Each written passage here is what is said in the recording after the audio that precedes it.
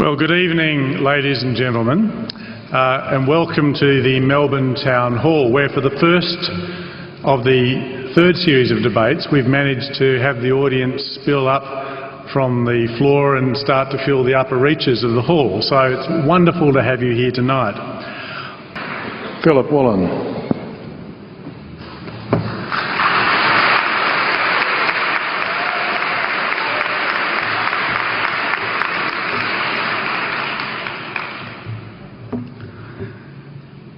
King Lear, late at night on the cliffs, asks the blind Earl of Gloucester, "How do you see the world?" And the blind man Gloucester replies, "I see it feelingly. And shouldn't we all? Animals must be off the menu because tonight they are screaming in terror in the slaughterhouses, in crates and in cages, vile, ignoble gulags of despair." You see, I heard the screams of my dying father as his body was ravaged by the cancer that killed him. And I realized I'd heard those screams before. In the slaughterhouse, their eyes stabbed out and their tendons slashed on the cattle ships to the Middle East, and the dying mother wail as a harpoon explodes in her brain as she calls out to her calf. Their cries were the cries of my father. And I discovered that when we suffer as equals. And in their capacity to suffer, a dog is a pig, is a bear, is a boy.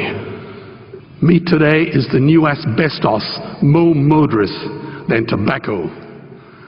CO2, methane and nitrous oxide from the livestock industry are killing our oceans with acidic, hypoxic dead zones.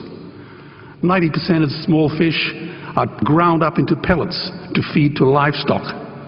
Vegetarian cows today are the world's largest ocean predators. The oceans are dying in our time. By 2048, all our fisheries will be dead, the lungs and the arteries of the earth. Billions of bouncy little chicks are ground up alive simply because they are male. Only 100 billion people have ever lived. 7 billion people live today. And yet we torture and kill 2 billion sentient living beings every week. 10,000 entire species are wiped out every year because of the actions of one. And we are now facing the 6th mass extinction in cosmological history. If any other organism did this, a biologist would call them a virus.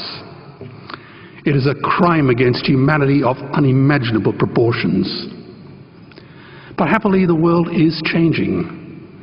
10 years ago, Twitter was a bird sound. www was a stuck keyboard. Cloud was in the sky. 4G was a parking space. Google was a baby's burp. Skype was a typo. And Al-Qaeda was my plumber. Victor Hugo said, "There is nothing more powerful than an idea whose time has come." Well, animal rights today is now the greatest social justice issue since the abolition of slavery.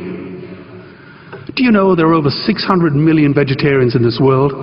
And that is bigger than the United States, England, France, Germany, Spain, Italy, Canada, Australia, New Zealand, all put together. If we were one nation, we would be bigger than the 27 nations of the European Union. Can you believe that?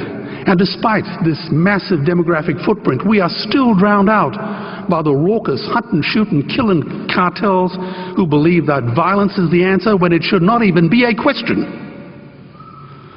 Meat kills animals, kills us, and is killing our economies. Medicare has already bankrupted the United States. They will need $8 trillion invested in treasury bills just to pay the interest, and they have precisely zero. They could shut down every school, Army, Navy, Air Force, Homeland Security, Marines, CIA and FBI, and they still will not have the money to pay their doctor bills. And our Cornell and Harvard say that the optimum amount of meat in a healthy human diet is precisely zero. Water, as you know, is the new oil. Nations will soon be going to war for it. Underground aquifers that took millions of years to fill are now running dry. It takes 50,000 liters of precious drinking water to make 1 kilo of beef.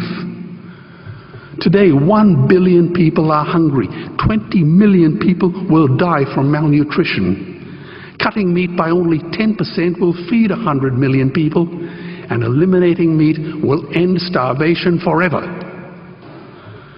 If everyone ate a Western diet, we would need 2 planet Earths to feed us. We've only got one, and she is dying. Greenhouse gas emissions from livestock is 50% greater than transport, as Peter said. Cars, trains, buses, ships, lorries, the whole lot.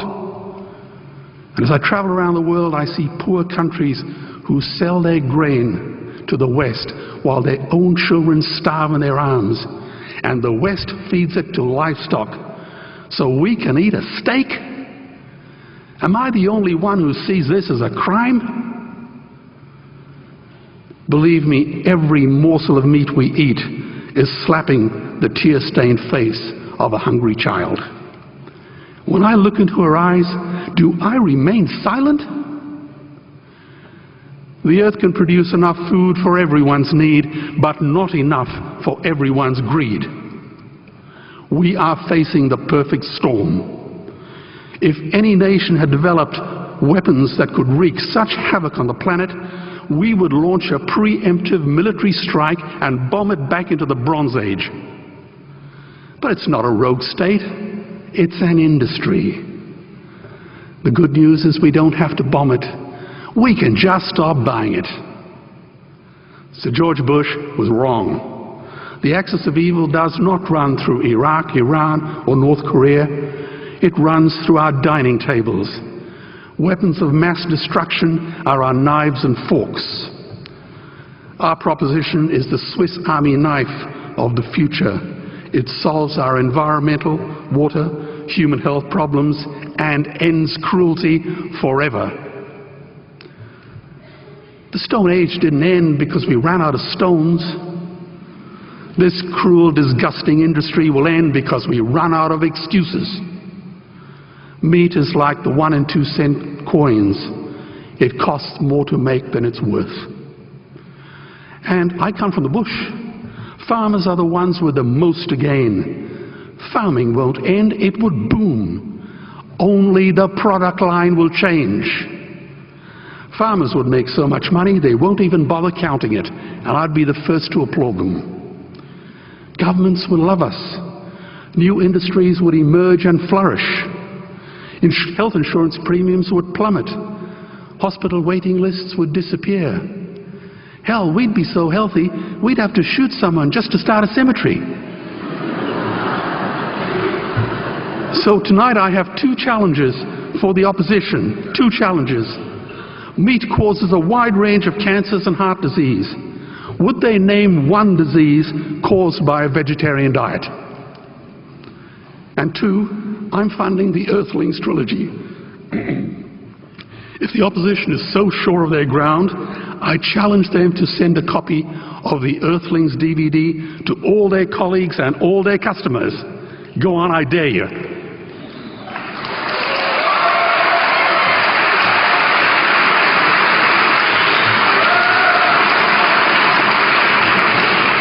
Animals are not just other species, they are other nations, and we murder them at our peril. The peace map is drawn on a menu. Peace is not just the absence of war, it is the presence of justice. Justice must be blind to race, color, religion, or species. If she's not blind, she will be a weapon of terror. And tonight, there is unimaginable terror in those ghastly Guantanamos we call factory farms or slaughterhouses. Believe me, if slaughterhouses had glass walls, we wouldn't be having this debate tonight. You see, I believe another world is possible. And on a quiet night, I can hear her breathing. Let's get animals off the menu and out of these torture chambers. Please vote tonight for those who have no voice. Thank you.